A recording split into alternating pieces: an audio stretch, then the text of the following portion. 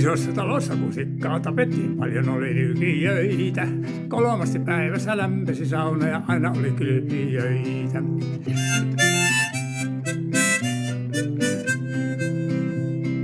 Siantappomiestä oli suurta, oli pientä, oli karvareita ja muita. 12 akka, kun aina vaan pakkaa patojen alle puita.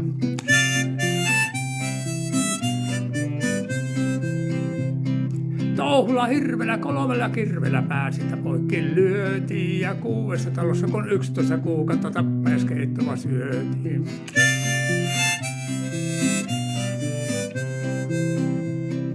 Ämmät ne hyppeli huitoja huitiin aivan niin kuin hullut, kun verta oli ämpärit, saavit ja keulut possun kulusta tullut.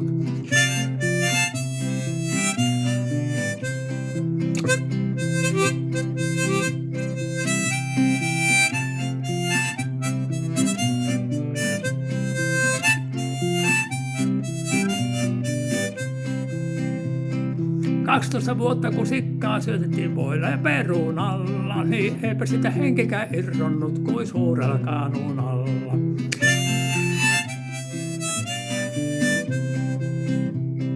Suolia ja maksaa muutakin rasvaa tuli niin vietävästi. 3 kuormaa muutakin kuonaa hevosella vietäväksi.